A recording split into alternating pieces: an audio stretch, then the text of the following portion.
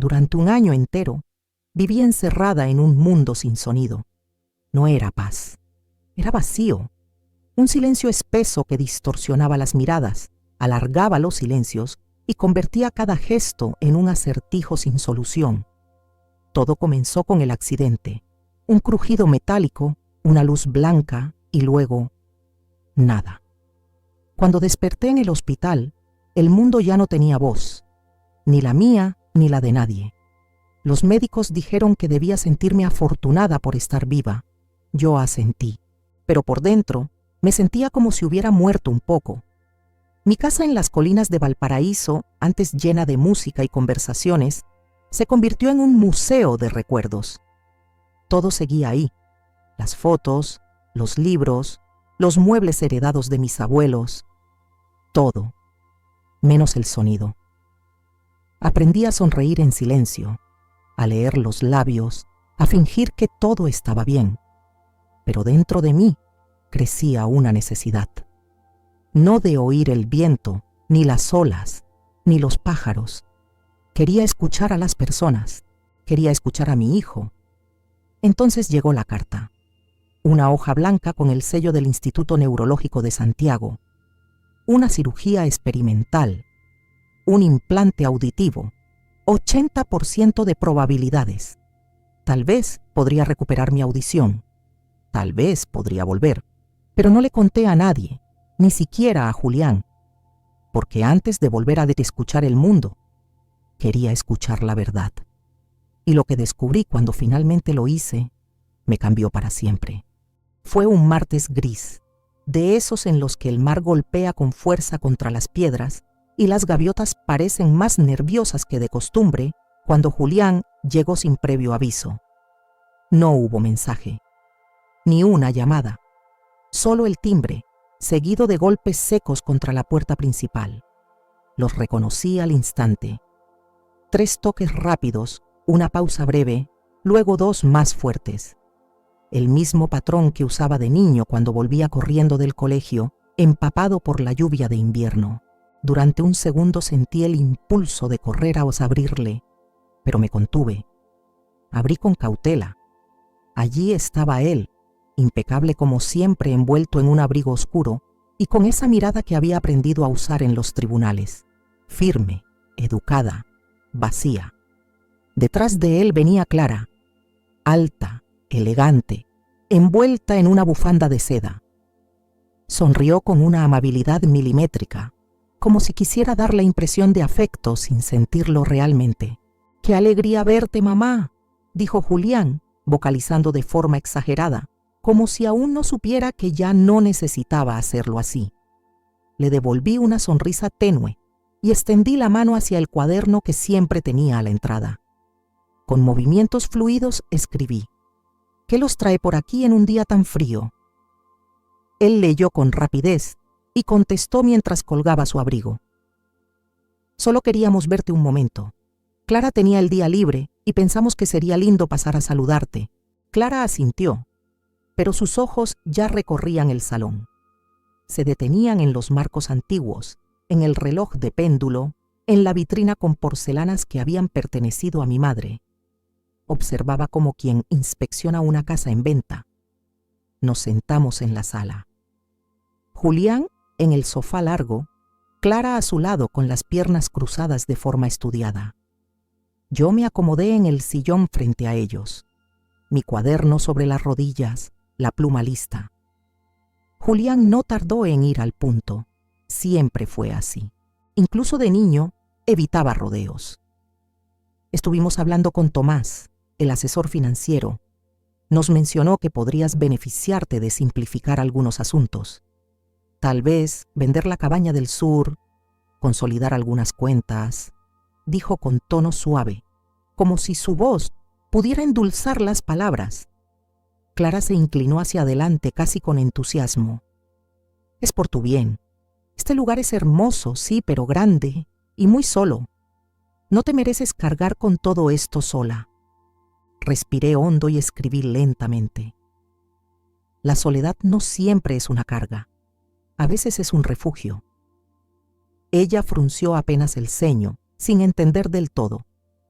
Julián desvió la mirada incómodo. Nos trasladamos al jardín de invierno. María ya había dispuesto la mesa con delicadeza. Las tazas de porcelana inglesa, los cubiertos de plata, los escones tibios con mermelada de damasco. El té humeaba, perfumando el ambiente con manzanilla y memoria. Nos sentamos. Clara sirvió el té con gestos que denotaban práctica. Observaba cada rincón del invernadero con la misma mirada que usó en el salón, evaluadora. Julián retomó el tema mientras endulzaba su taza. Mamá, no es una cuestión de control. Queremos ayudarte a organizar tu vida para que puedas descansar, disfrutar. Solo haría falta tu firma. No se modificaría nada más. Clara lo miró, aprobando cada palabra como si la hubieran ensayado. Bebí un sorbo lento, dejando que el silencio se hiciera espeso antes de escribir. ¿Y esta visita fue idea tuya o una sugerencia de Tomás? Julián apretó los labios por un instante. Luego respondió. Fue mía. Quería verte, saber que estás bien. Lo observé en silencio. Durante un año me había visitado apenas unas cuantas veces, y cada vez que lo hacía, traía consigo un aire de urgencia, como quien viene por obligación, no por cariño. Terminado el té, se levantaron. Clara se acercó a besar el aire junto a mi mejilla. Julián me tocó el hombro con suavidad, más gesto que afecto. Te llamaremos pronto. Cuídate mucho, ¿sí? Asentí. Les abrí la puerta y los vi marcharse bajo la llovizna fina que comenzaba a caer. María apareció al fondo del pasillo, en silencio. Su mirada lo decía todo. Esa noche, en mi dormitorio, encendí la lámpara baja del escritorio y saqué del fondo del cajón la carta del Instituto Neurológico. La cirugía estaba confirmada para el jueves por la mañana. Quedaban solo 2 días. El papel crujió al desplegarlo. Lo leí otra vez, aunque ya lo sabía de memoria. Implante coclear experimental. 80% de éxito. Posibilidad de recuperar la audición total o parcial. Riesgos moderados. Firma del consentimiento. Hora de ingreso 07:30. Volví a doblarla con cuidado y la coloqué de nuevo en su escondite. Luego abrí mi diario, ese que nadie más había leído jamás, y escribí. Si todo sale bien y vuelvo a oír, no lo contaré aún, no a Julián, no a Clara. Primero necesito escucharlos sin filtros. Necesito saber quiénes son cuando creen que nadie los oye. La noche anterior a la cirugía fue extrañamente tranquila. María había dejado la sopa servida en una bandeja, junto con un vaso de agua y una servilleta de lino doblada en forma de triángulo. Me preguntó con los ojos si necesitaba algo más. Negué suavemente con la cabeza. Ella asintió y salió en silencio, dejando la puerta entreabierta como solía hacerlo desde que perdí la audición, como si temiera aislarme aún más. Me senté en la cama con el cuaderno sobre las piernas. No escribí nada, solo lo sostuve como se sostiene una carta que no se quiere enviar. Había algo que me oprimía el pecho. No era miedo, era expectativa, una especie de vértigo ante la posibilidad de que el mundo volviera a tener sonido. ¿Y si no era como lo recordaba? ¿Y si el silencio ya se había instalado demasiado dentro de mí? No dormí del todo esa noche. El jueves, a las 6 en punto, María me ayudó a preparar una pequeña maleta. Me abrazó antes de que subiera al coche y me dijo con los labios, para que pudiera leerlos: va a salir bien, Dios está contigo. Le sonreí y cerré la puerta sin responder. No porque no creyera en Dios, sino porque, por primera vez en mucho tiempo, sentía que estaba tomando una decisión completamente mía. El quirófano estaba frío. Las paredes, de un blanco casi hospitalario, como si el color quisiera borrar el miedo. Los médicos eran amables, sus movimientos medidos, casi coreografiados. Me hablaron con calma, explicaron los pasos otra vez, aunque sabían que no podía oírlos. Yo solo asentía, concentrada en respirar despacio. La anestesia llegó como una ola suave. Y después, oscuridad. Cuando desperté, lo primero que sentí fue un zumbido leve, como si el aire vibrara dentro de mí. Luego, una sucesión de sonidos desconocidos, pequeños, distantes, un pitido intermitente, tal vez de una máquina, el roce de telas, pasos amortiguados sobre el suelo. Tenía los ojos cerrados, pero sabía que ya no estaba sola en mi silencio. Una voz se abrió paso entre el murmullo. «Señora Varela, ¿puede oírme?» Abrí los ojos. Un rostro amable se dibujó ante mí. El doctor Gracia, con su sonrisa contenida y sus ojos brillantes de entusiasmo profesional. Asentí con lentitud y sus labios se curvaron aún más. Increíble. Está respondiendo incluso más rápido de lo esperado. Intenté hablar. Mi voz sonó extraña, como si no me perteneciera, temblorosa, oxidada, como una bisagra vieja, pero estaba allí. «Sí, lo oigo», dije. Y entonces lloré. No de miedo ni de tristeza, era otra cosa, como si algo dentro de mí se hubiese encendido después de un largo apagón. El doctor me explicó que debía tener paciencia, que los sonidos serían abrumadores al principio, que el cerebro necesitaba adaptarse, pero yo apenas lo escuchaba. Estaba demasiado ocupada reconociendo el mundo. La aguja de un reloj marcando los segundos, el crujido de una silla, una enfermera murmurando en el pasillo. Todo era nuevo, todo era mío otra vez. Esa tarde, María llegó al hospital con un ramo de flores lilas y lágrimas contenidas en los ojos.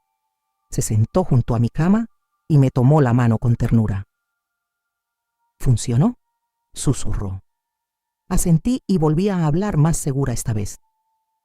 «Sí, funcionó». Ella se llevó una mano a la boca. 2 lágrimas le cruzaron las mejillas y las secó con el borde del pañuelo. «Gracias a Dios». Apreté sus dedos suavemente. «Pero no se lo diremos a nadie. Aún no». María me miró con confusión. «Ni siquiera a Julián». Miré hacia la ventana. El viento movía las cortinas con un susurro apenas audible. Ellos creen que sigo siendo sorda, y por primera vez eso puede jugar a mi favor. Ella comprendió sin más preguntas. Su mirada se volvió firme, cómplice. «Haré lo que usted diga, señora. Usted manda». Al día siguiente me dieron el alta. Un sobre lleno de indicaciones, una sonrisa de la enfermera y la advertencia de siempre. Evite ruidos fuertes, reintegre los sonidos poco a poco. Pero yo no quería volver poco a poco. Quería volver entera. Quería escuchar sin filtros. Quería saber qué decían cuando creían que no escuchaba. Volvimos a casa al mediodía. El aire de Valparaíso olía a mar y a bugambillas. Al bajar del coche, escuché el canto agudo de una gaviota. Me detuve, emocionada, como si el sonido confirmara que el mundo me había aceptado de nuevo. La casa no era la misma. Todo tenía voz. La escalera crujía con otro ritmo. El reloj del pasillo marcaba los minutos con solemnidad. Incluso el fuego en la chimenea murmuraba su propio idioma. Subí al estudio y me senté frente al escritorio. Abrí el cuaderno y escribí una sola frase. «Ahora empieza lo verdadero». Esa misma tarde sonó el teléfono fijo. María lo atendió como siempre y luego vino a buscarme. «Es Julián», dijo, mostrándome el aparato. Lo puse en altavoz y lo dejé sobre la mesa, alejándome unos pasos, justo lo suficiente para no ser vista, pero sí para escucharlo. Su voz era clara, directa, con ese tono que usaba en sus reuniones. «Sí, el momento es perfecto. No revisa nada desde hace meses. Tenemos margen para mover los fondos antes del cierre del trimestre. Solo asegúrate de que todo quede limpio. Nada que salte las alertas». Hubo una pausa. Luego, una risa breve. «No te preocupes. Ella ni se entera. Confía en mí». Colgó antes de que María regresara con la bandeja del té. Yo no dije nada. Solo asentí cuando me preguntó si quería azúcar. Mi rostro seguía sereno, pero por dentro algo había cambiado. Ya no era la mujer que vivía en silencio. Ahora era alguien que escuchaba, sin ser oída. 2 días después de la cirugía, al despertar en mi propia cama, sentí que algo había cambiado de manera definitiva. El silencio ya no era absoluto, tampoco era ruido, era presencia. Una especie de susurro constante que flotaba en cada rincón de la casa, como si todo lo que me había rodeado durante el último año hubiera estado hablando sin que yo lo supiera. Y ahora, por fin, podía escucharlo. María había preparado el desayuno y lo dejó sobre la mesa de la cocina.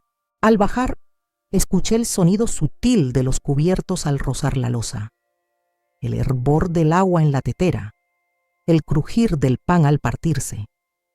Pequeños milagros cotidianos que me habían sido negados durante meses. Cerré los ojos por un momento. Estaba redescubriendo mi hogar a través de los oídos. ¿Durmió bien?, preguntó María al verme entrar. Asentí con una sonrisa. No hablé. Aún no. Me gustaba ese papel de silencio intencional, ese disfraz que me permitía observar sin ser interrumpida. Después del desayuno, subí al estudio. Me senté frente a la ventana y observé el jardín. Las hojas se mecían con el viento y por primera vez en un año oí el crujido de las ramas al balancearse. Era como si el mundo me estuviera dando la bienvenida, en voz baja, pero firme. Alrededor del mediodía, el teléfono fijo volvió a sonar. María atendió y segundos después entró al estudio con el auricular en la mano. Julián, otra vez. Tomé el teléfono y lo coloqué sobre el escritorio. Activé el altavoz y me alejé, fingiendo escribir en mi cuaderno. Su voz era inmediata, nerviosa, distinta de la última vez. Mira, yo entiendo que el plazo es justo, pero no podemos esperar más. El fideicomiso está desactualizado. Estoy ajustando los fondos. Nada salta si lo hacemos antes del viernes. Solo necesito tiempo. Y silencio. Una risa breve, cargada de confianza. Ella no pregunta nada. Vive como si el dinero se generara solo. Para ella, las cuentas son un misterio eterno. Créeme, está desconectada de todo. Colgó. Apagué el teléfono con un solo dedo. El zumbido final de la llamada pareció marcar el inicio de algo nuevo. Esa tarde, Julián me envió un mensaje. Mamá, ¿puedo pasar mañana por la tarde? Quiero hablar contigo. Estoy con un colega, nada formal. Solo ideas que quiero mostrarte. No respondí. No hacía falta. Sabía que vendría igual. Pasé la noche entera revisando papeles antiguos, documentos, estados de cuenta que antes ignoraba.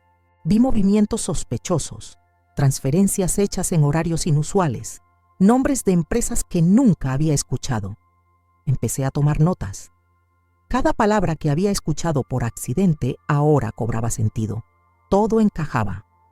El día siguiente llegó con un cielo despejado, pero el aire era frío.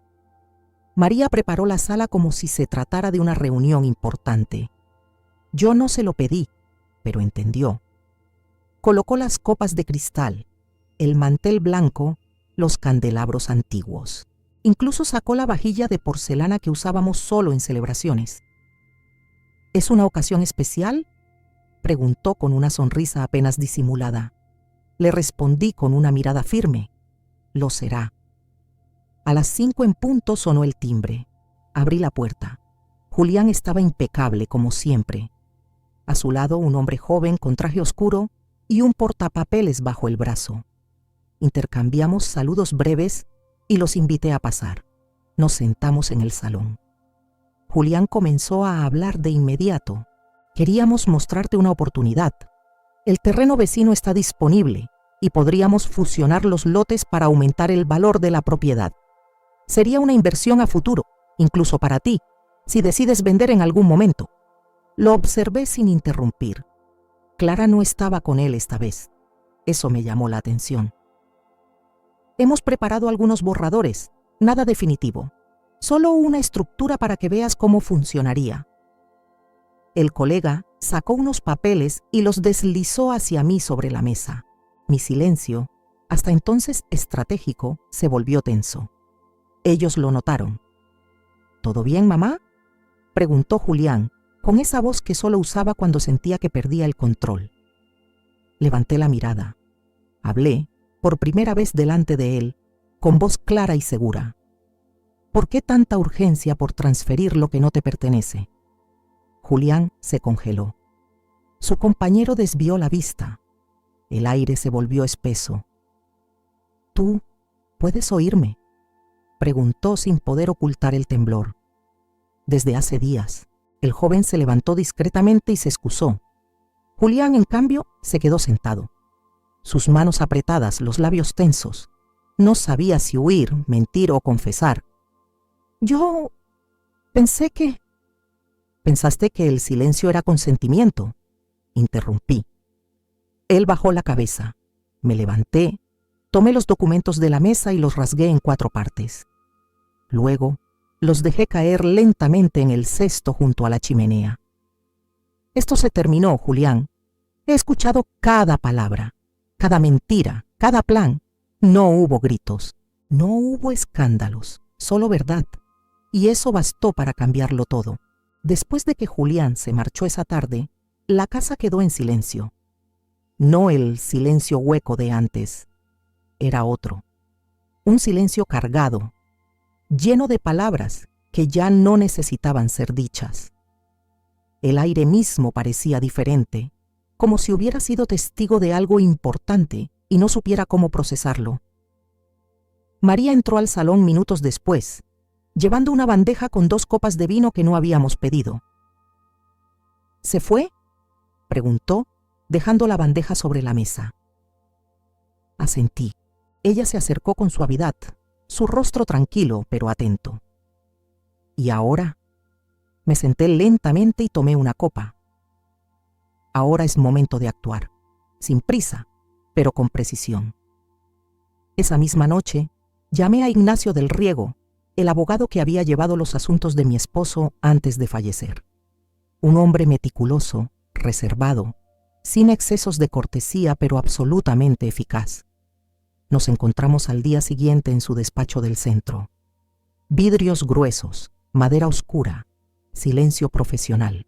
Le entregué un sobre con copias de estados de cuenta, extractos bancarios y una lista con fechas y nombres. Él lo examinó con atención y alzó la mirada. ¿Qué desea hacer, señora Varela? Quiero un control total sobre mis bienes, una auditoría privada de cada transacción vinculada a Julián, y quiero redactar un nuevo testamento, completo, sin espacio para dudas. Ignacio no hizo preguntas innecesarias, solo asintió con gravedad. Lo tendré listo en una semana. Durante los días siguientes, la casa se llenó de una calma distinta. Me dedicaba a recorrer cada habitación, a escuchar los sonidos mínimos que antes pasaban desapercibidos. El zumbido del refrigerador, el leve chirrido del columpio en el jardín, el crujir de las escaleras por la noche. Descubrí que el sonido también puede ser un acto de redención. Una tarde, mientras revisaba una antigua partitura en el estudio, María se acercó con un sobre en la mano. Llegó esto por correo privado. Es de la inmobiliaria donde trabaja Julián. Lo abrí con cuidado. Dentro había una carpeta con un contrato de compraventa ya prellenado. La firma de Julián aparecía como representante autorizado.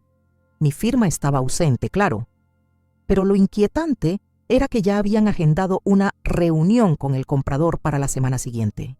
Todo sin mi conocimiento. ¿Y ahora?, preguntó María, viendo cómo mis dedos temblaban apenas al cerrar la carpeta. La miré. Ahora espero. Pero esta vez no seré la que guarde silencio. Una noche después, escuché voces en la planta baja. No había sido notificada de ninguna visita y el reloj marcaba casi las 10. Bajé sin hacer ruido. La puerta del estudio estaba entreabierta. Las luces, tenues. La voz de Clara flotaba por el pasillo como un perfume caro. No pestañea ni cuando hablas de sus cuentas. Es como tener una mascota elegante con una casa de 3 pisos. Firma lo que le pongas delante. Una risa ahogada. Julián, no hables así. Es mi madre.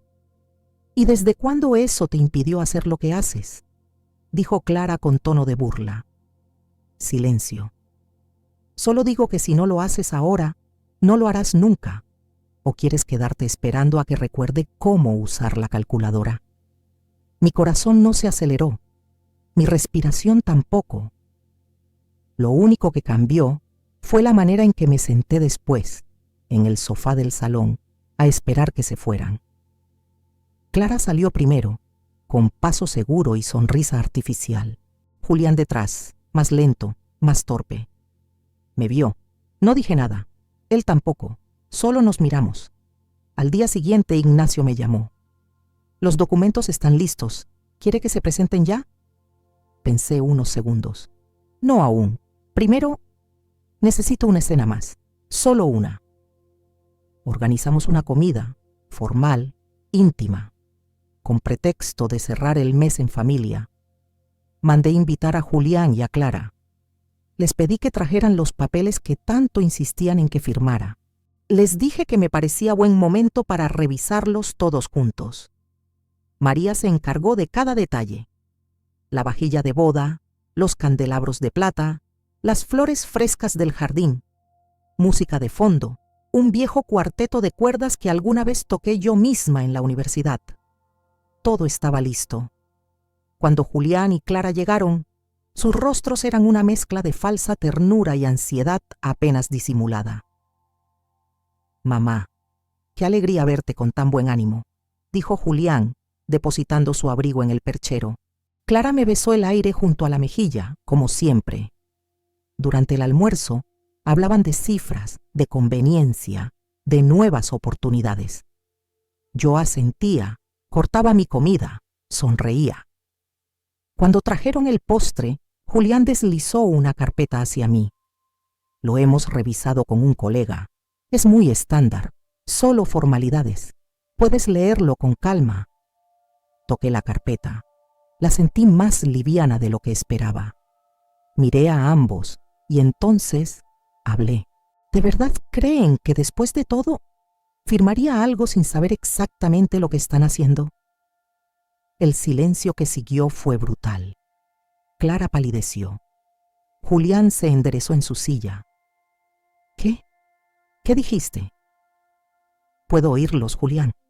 Desde hace más de una semana.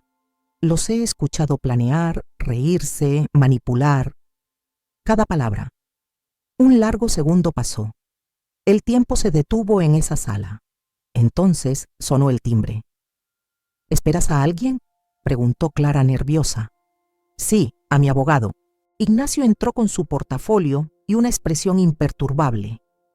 Asintió con respeto y colocó sobre la mesa una copia del Nuevo Testamento, una carpeta de auditoría forense y un listado de movimientos sospechosos. Desde este momento, Julián queda fuera de todo control sobre los bienes de su madre, dijo Ignacio con voz clara. El patrimonio será destinado en gran parte a una fundación de becas para estudiantes de música sin recursos. Julián no dijo nada, ni una súplica, ni una disculpa.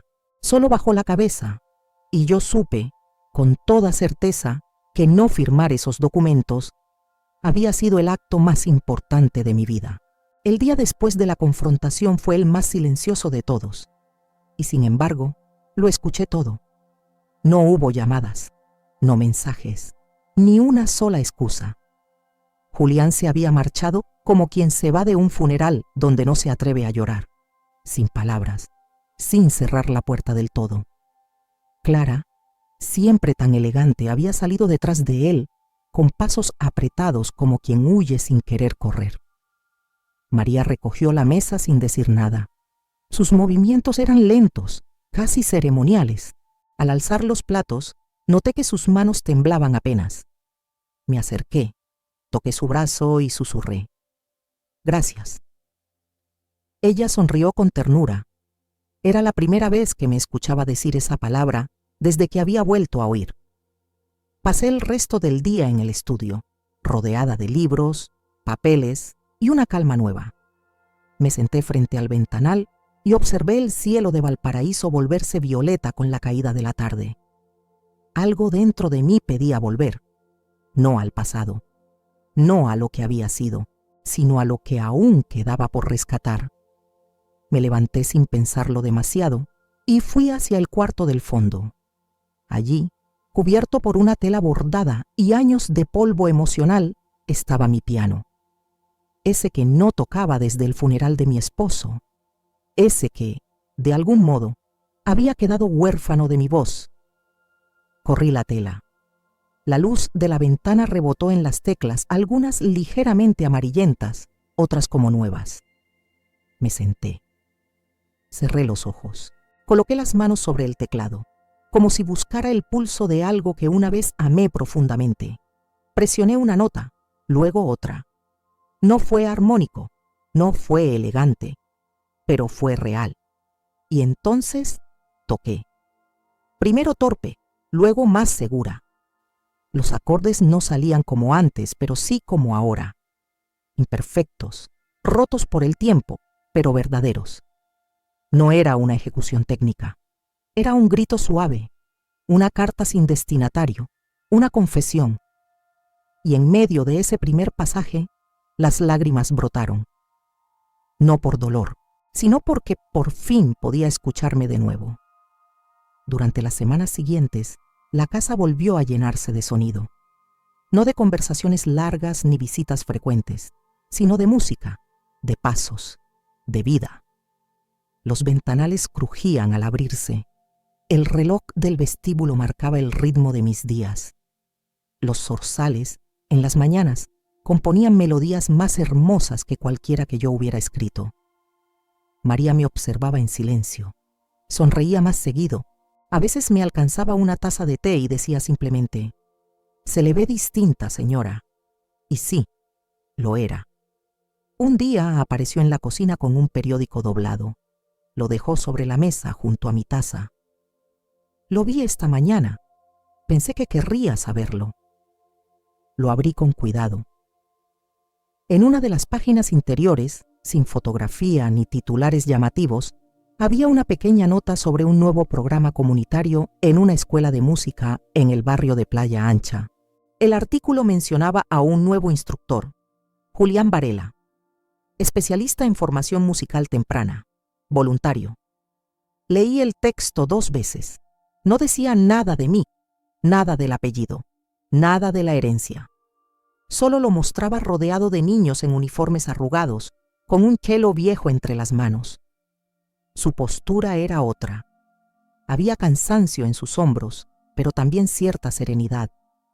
Como si, por primera vez en mucho tiempo, no estuviera fingiendo nada. María me miraba desde la puerta. «¿Está bien?», preguntó. No respondí. Solo volví a mirar la imagen. Y por primera vez no sentí rencor. Solo una pregunta flotó dentro de mí. ¿Será este el Julián que debí conocer desde el principio? No el hijo brillante, no el heredero ambicioso, sino el hombre que ahora tenía que pararse solo, frente a niños que no sabían quién era su madre, frente a notas que no se compraban con apellidos. Quizás el silencio no solo me devolvió la audición, quizás me devolvió también la claridad de ver incluso lo que duele. Siempre pensé que el sonido más doloroso sería el de una puerta cerrándose, pero no. El sonido más duro es el de la verdad cuando llega tarde. Y aún así, preferí oírla a tiempo que vivir eternamente engañada. Durante un año creyeron que yo vivía en la sombra de mi sordera, que era frágil, que no preguntaba porque no podía escuchar las respuestas, pero ese silencio fue mi armadura, mi refugio y finalmente mi arma más silenciosa. No me arrepiento de haber callado, porque en ese silencio los observé, y al escuchar lo que se dice en voz baja, descubrí quiénes eran de verdad, quién fingía, quién esperaba, quién planeaba, y también descubrí algo de mí misma, que aún tengo música en las manos, que aún puedo elegir, que aún tengo voz, y esta vez no pienso dejarla ir. No sé qué será de Julián. No sé si ese chelo viejo que ahora enseña le devolverá algo de dignidad. No sé si lo hace por redención o simplemente porque ya no tiene otro lugar donde ir. Pero tampoco importa, porque ahora sé que puedo escuchar. Y, más importante aún, sé cuándo hablar y cuándo dejar que el silencio diga lo que las palabras no pueden. Porque hay batallas que no se ganan gritando. Se ganan sentándose con calma, sirviendo el té y esperando que el otro se revele solo. Esa fue mi victoria. Y no hizo falta ruido, solo escuchar, de verdad. Si esta historia tocó algo dentro de ti, te invito a suscribirte al canal, dejar tu me gusta y compartirlo con alguien que tal vez necesite escuchar en silencio también. Gracias por estar aquí.